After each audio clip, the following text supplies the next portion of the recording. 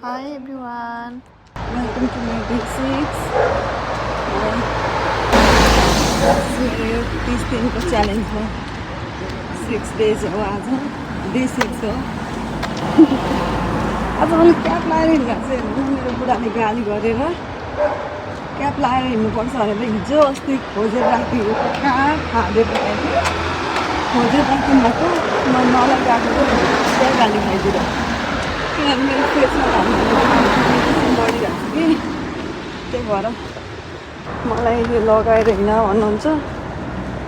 मलाई चाहिँ कम्फर्टेबलै लागेको छैन कि यो राम्रै छैन त्यही भएर नराम्रो होइन तर प्रोटेक्ट गर्नलाई लाउने हो भने चाहिँ लास्ट डिस्टर्ब आउने कि साउन्ड नै नआउँदो रहेछ झन् यो बाटो आएको आज मलाई एउटा माइक किन्नुपर्ने छ गाइज कुनमा राम्रो हुन्छ मलाई कहिले थाहा छैन है माइकहरूको बारेमा मलाई एउटा माइक सजेस्ट गरिदिनु न है कसरी यो भिडियो हेर्दै हुनुहुन्छ भने चाहिँ आई डोन्ट नो कस्तो हुन्छ के गरी युज गर्ने पनि थाहा छैन आई थिङ्क ब्लुटुथवाला होला यसो विचार गर्दा चाहिँ बेजत हुन्छ होला है यस्तो भन्यो भने नि तर मैले कहिले युज नगरेको कुरा त कसरी थाहा हुन्छ र होइन माइक चाहिँ किन्नु छ मलाई अरू अहिलेलाई केही नकिन पनि माइक चाहिँ किन्न छ किनकि मेरो मोबाइलको त साउन्ड पनि एकदम नराम्रो आउनु थालिसक्यो सानो यो त मैले मेरो बुढाको फोन लिएर हिँड्छु नि त बिहान बिहान त्यही भएर भिडियो क्वालिटी पनि राम्रो आउने साउन्ड पनि राम्रो आउने भएन मेरो त साउन्ड सानो आउने भइसक्यो भिडियो त राम्रो नै आउँछ त्यही भएर एउटा माइक चाहिँ सजेस्ट गर्नु ल कसैले यो भिडियो हेर्दै हुनुहुन्छ भने चाहिँ गाडी आयो 7:42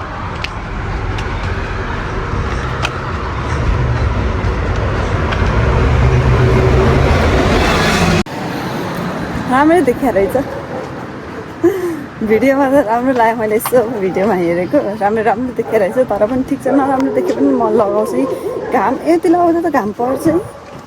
मेरो त लास्ट पिगमेन्टेसन बढेको कि यहाँनिर पोर्चुगलको घाम त खत्रै एकदम कडा खै के खालको हुँदो रहेछ अनि गाइजमा आज अर्कै बाटो आएको छु आई डोन्ट नो यहाँबाट कहाँ पुग्छ म कहिले गएको चाहिँ छैन मस्त टाढा जानेवाला छु अहिले म चाहिँ अब भोइस ओभर चाहिँ म कहिले मात्र गर्छु है जहाँ चल्यो भने म त यसै गरी भिडियो बनाउन कम्फर्टेबल लाग्छ मलाई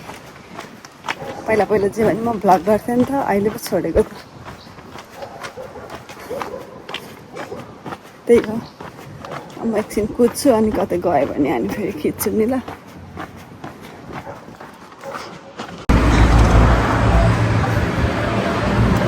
हिँड्दा कति टाढा पुगिसकेको छु म त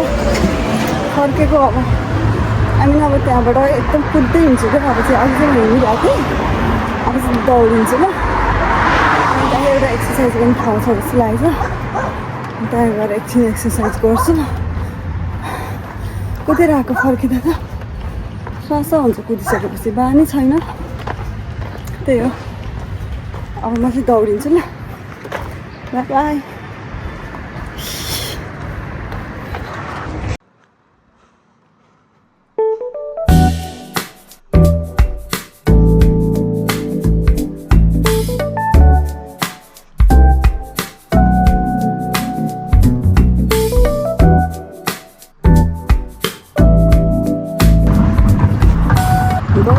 एक्सर्साइज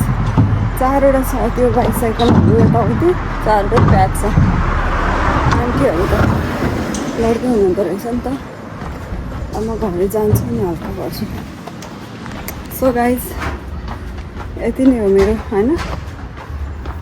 म दौडेँ मस्त पसिना पनि चिटचिट आयो म जति जे पनि पसिना चाहिँ आउँदैन के है कि भयो अब्बरै हार्ड गर्नुपर्ने हो कि अब त्यसो गर्दा कहाँ सकिन्छ एकैचोटि होइन त्यही हो दौडेँ मजाले अनि यो चाहिँ लामो भिडियो भइसक्यो कि लामो भन्नाले 5-6 मिनटको कति हुन्छ है मैले धेरै लामो पनि बनाउँदिनँ अब के चाहिँ हुन्छ अनि म चाहिँ युट्युबमा हाल्छु यहाँ चाहिँ छोटो क्लिपहरू हुन्छ हजुरहरूलाई पुरा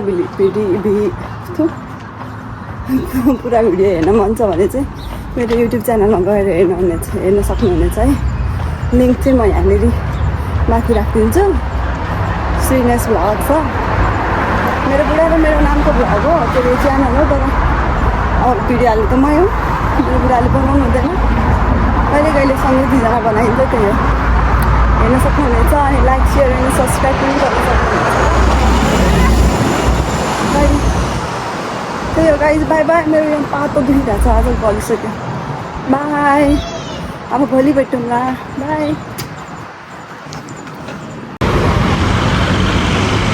यो चाहिँ बुढाबुढी पार्क हो है गाइज म चाहिँ बुढाबुढी पार्कको नजिकै बस्छु यहाँ पोर्चुगलमा हुने सबलाई थाहा होला यो ठाउँ चाहिँ किन थाहा नहुने हो र यहाँबाट कोही नजिकबाट कोही हेर्दै हुनुहुन्छ भने चाहिँ मसँग जोइन गर्न सक्नुहुन्छ नि फेरि बाई बाई